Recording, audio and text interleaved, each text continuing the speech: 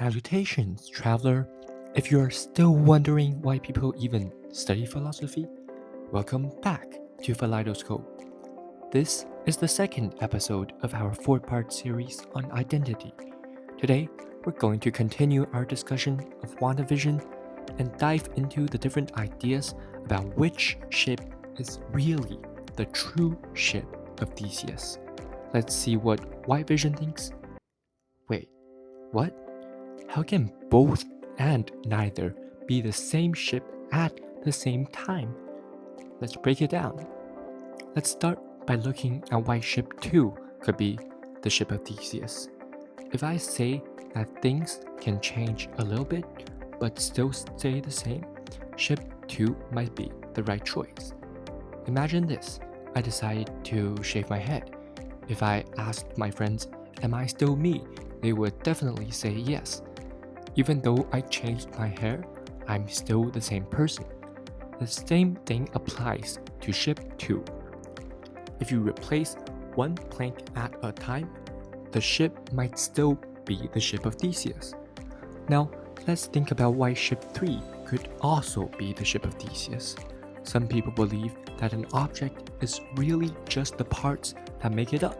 So, if you take all the old planks and put them together into a new ship, that could also be the real Ship of Theseus.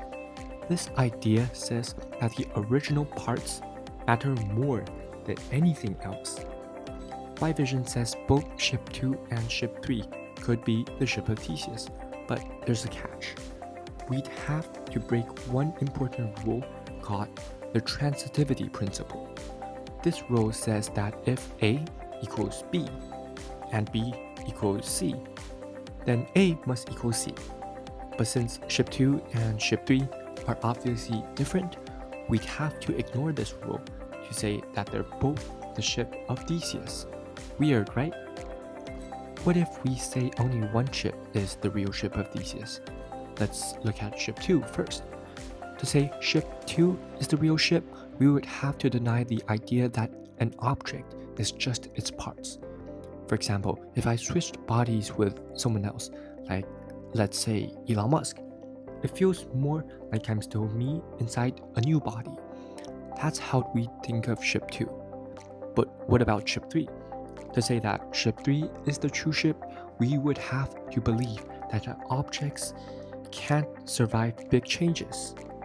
We'd have to explain why changing one plank, like plank 633, makes Ship 2 no longer the Ship of Theseus. Not so easy, right?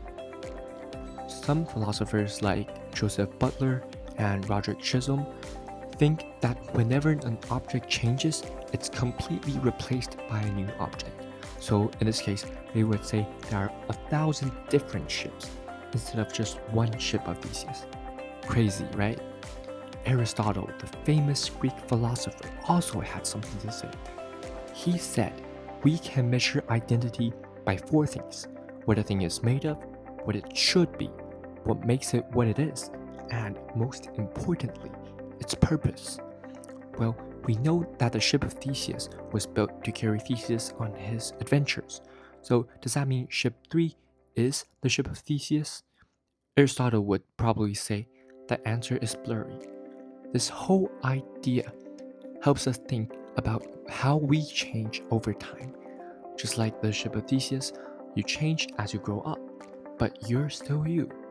Maybe your interests change or your appearance changes, but inside, you're still the same person. It's about understanding that identity isn't just about what you look like or what you like. Sometimes it's about the deep, important things that make you you. And that's it for today. In the next episode, we'll explore a solution that doesn't have to reject any of these ideas. We'll also take a deeper look at which vision is the real one. If you love this stuff, let me know and I'll see you in the next one. Ciao!